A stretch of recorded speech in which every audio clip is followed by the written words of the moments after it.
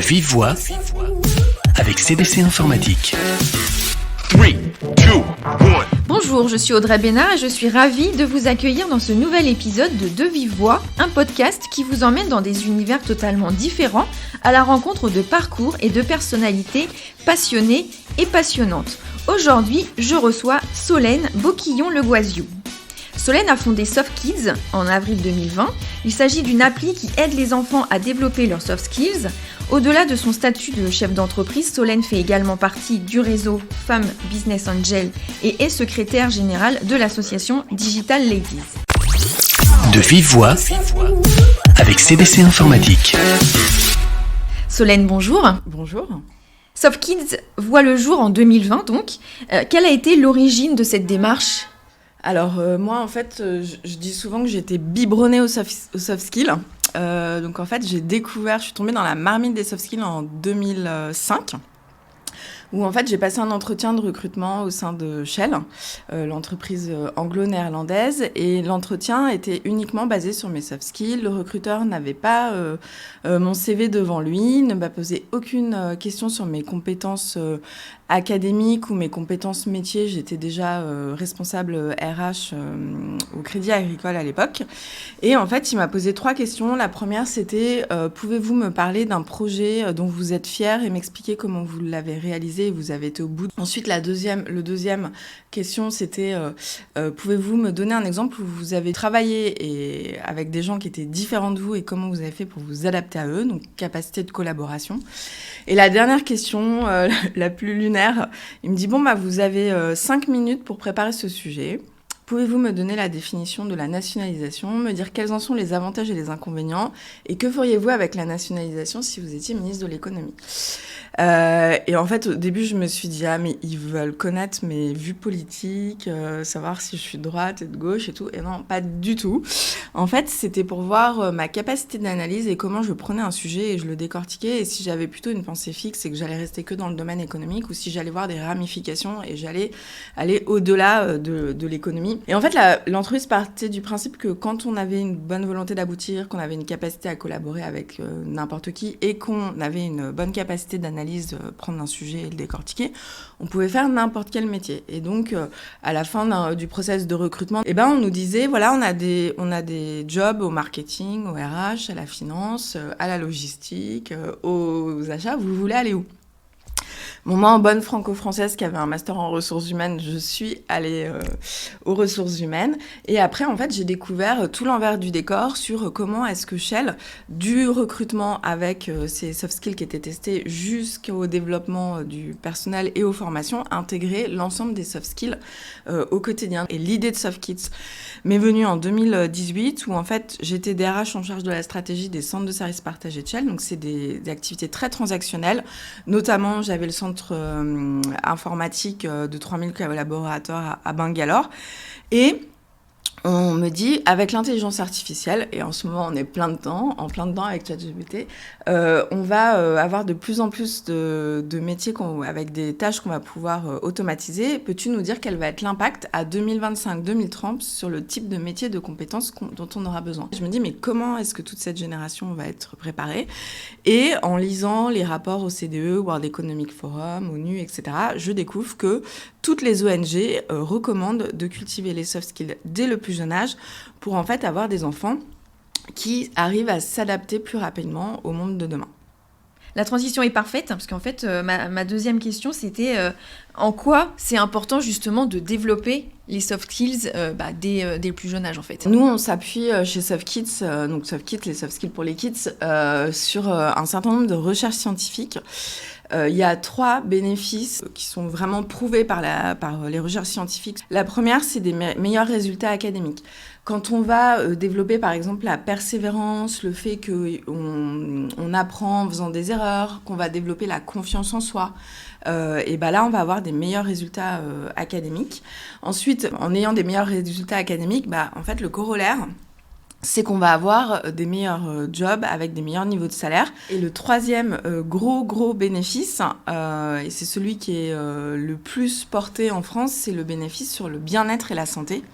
puisque Santé publique France recommande de développer les soft skills dès le plus jeune âge, puisque c'est des recommandations de l'OMS, parce qu'on a un vrai meilleur niveau de bien-être et une meilleure santé mentale, qui va en fait, si on commence à développer des choses comme l'accueil des émotions, la résilience, la gestion du stress, dès le plus jeune âge, c'est un bénéfice qu'on va garder dans sa vie adulte. Donc, il n'y a que des bénéfices à développer les soft skills. On comprend bien du coup l'importance de développer ces soft skills pour sa vie professionnelle, mais aussi pour la vie de tous les jours. Est-ce que en fait, vous avez des petits conseils pour justement développer plus facilement? Ce que je trouve, moi, génial avec les soft skills, c'est que c'est des compétences qui se cultivent au quotidien.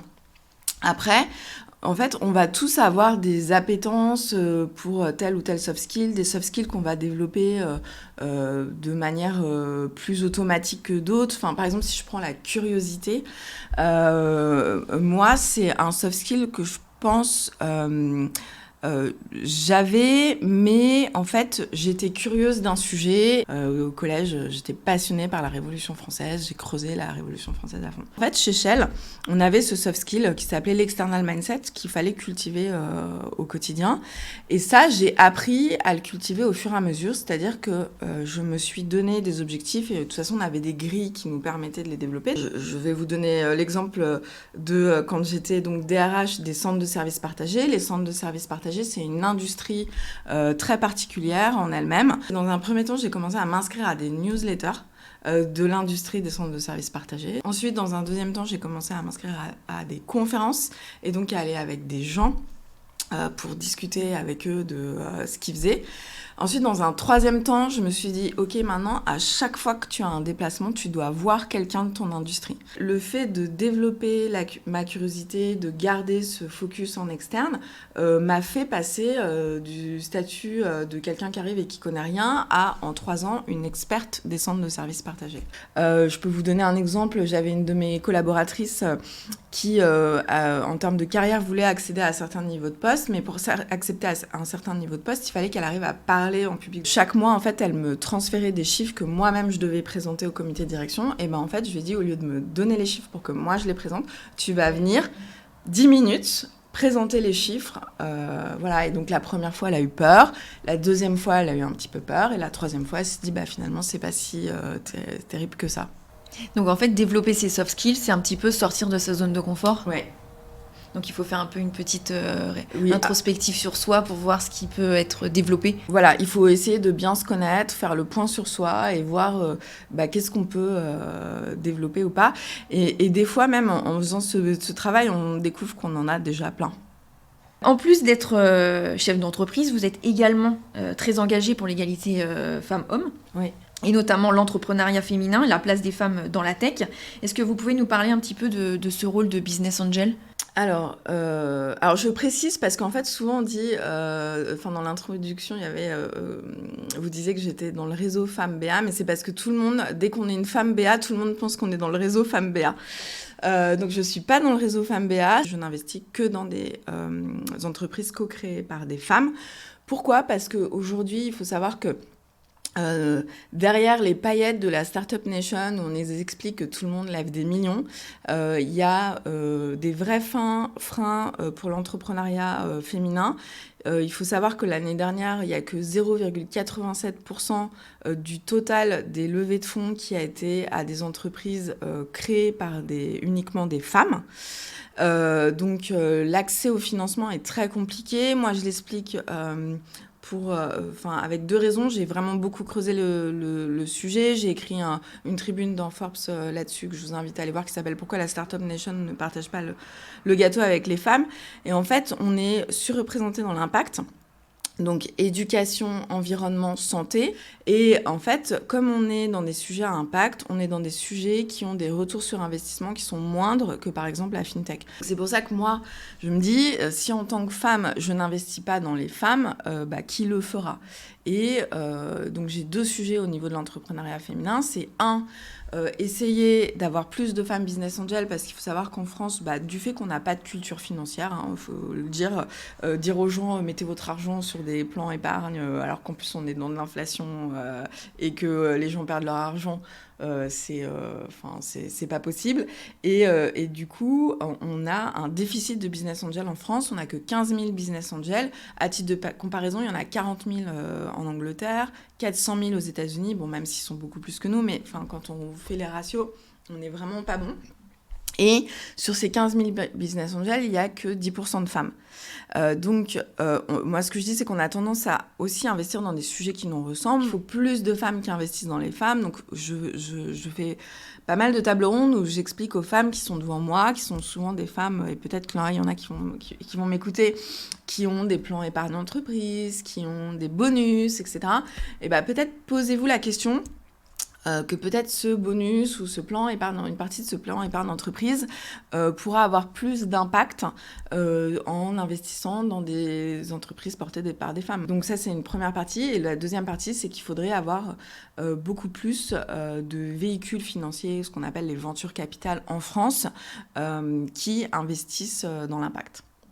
Je voulais aborder une dernière question. Donc, vous avez été élue femme Forbes 2022. Vous faites partie des 40 femmes qui ont marqué les esprits en 2022, si on peut dire. Qu'est-ce que vous inspire cette reconnaissance ? Quel message vous aimeriez véhiculer ? J'étais très contente de voir que l'éducation est mise à l'honneur parce que malheureusement, moi je trouve en France qu'on a un vrai sujet sur l'éducation parce qu'on pense que l'éducation doit être gratuite. Du coup, comme je disais, on est sous-financé.